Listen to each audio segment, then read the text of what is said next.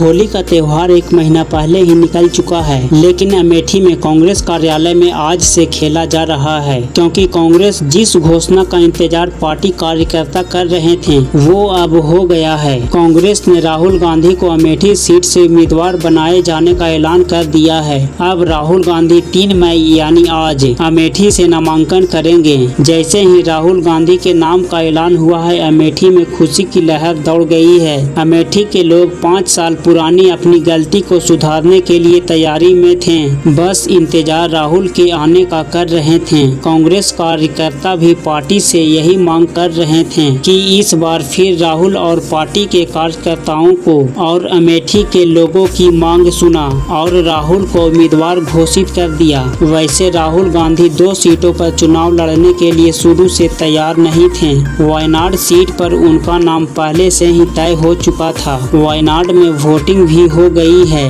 और वोटिंग के बाद जो फीडबैक मिला है उससे पार्टी के नेताओं में खुशी की लहर दिखाई दी है। साफ है राहुल को बड़ी जीत मिलने की सूचना आ रही है। ऐसे में राहुल गांधी दूसरी सीट से चुनाव लड़ने से इनकार कर रहे थे। दरअसल 2019 में कांग्रेस ने जब पूर्व, उत्तर और मध्य भारत में बुरी तरह से हार गई थी तो उसे दक्षिण भारत में भरपूर समर्थन दिया था। केरल में 20 में से 19 सीट कांग्रेस की नेतृत्व वाली यूपीए सरकार को मिली, तो तमिलनाडु में 39 में से 39 सीट यूपीए के हिस्से में आई थी। और इस बार इंडिया गठबंधन को 2019 से भी ज्यादा बड़ी सफलता दिखाई दे रही है और इसके पीछे सबसे बड़ा कारण राहुल गांधी को माना जा रहा है। 2022 में राहुल गांधी की भारत जोड़ो यात्रा दक्षिण भारत के राज्यों से निकली थी, जिसमें कांग्रेस को यहां और मजबूत स्थिति में खड़ा कर दिया। ऐसे में राहुल दक्षिण भारत छोड़ने के लिए तैयार नहीं थे और इसी के चलते अमेठी सीट पर उम्मीदवारों का ऐलान लटका हुआ था।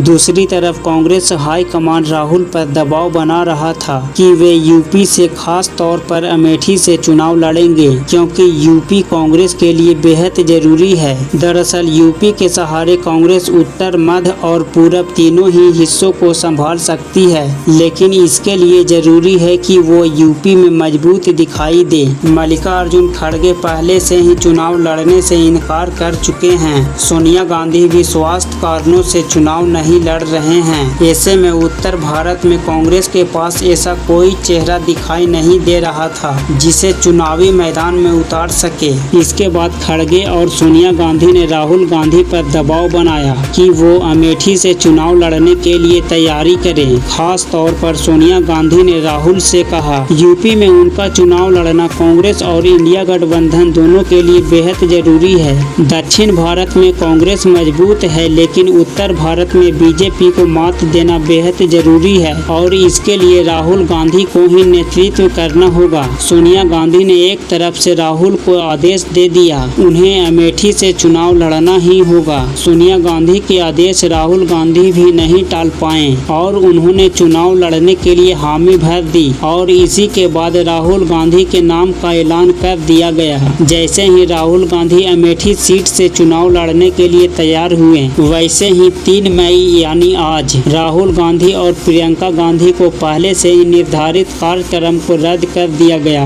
अब राहुल और प्रियंका 3 मई को अमेठी पहुंचेंगे। दोपहर को राहुल गांधी अमेठी सीट से नामांकन करेंगे तो प्रियंका गांधी भी उसके साथ मौजूद रहेंगे। राहुल गांधी के नामांकन को लेकर अमेठी में तैयारियां शुरू हो गई है। गांधी परिवार के नामांकन का काम देखने वाले वकील केसी कौशिक पहले से ही अमेठी पहुंच चुके हैं। सोनिया गांधी की प्रतिनिधि किशोरी लाल शर्मा भी इस समय अमेठी में डेरा डाले हुए हैं। उन्होंने कहा जो उत्साह दिखाई दे रहा है वो बता रहा है कि अमेठी में राहुल गांधी की किसी से टक्कर नहीं है। अमेठी में कांग्रेस प्रवक्ता अनिल सिंह ने कहा है राहुल गांधी की ऐतिहासिक जीत होगी। अमेठी से कांग्रेस नेता दीपक सिंह ने कहा है कि सारी तैयारियां पूरी हो चुकी है और कांग्रेस पार्टी शुक्रवार को सुबह 11 बजे नामांकन दाखिल करेगी। अमेठी की जनता यहां से राहुल गांधी को उम्मीदवार के तौर पर देखना चाहती है। पार्टी ने हमारी उम्मीदें को पूरा किया है और अब अमेठी की जनता अपने परिवार के सदस्य को ऐतिहासिक जीत दिलाएगी। गांधी परिवार को अमेठी की जनता अपना परिवार का सदस्य मानती है।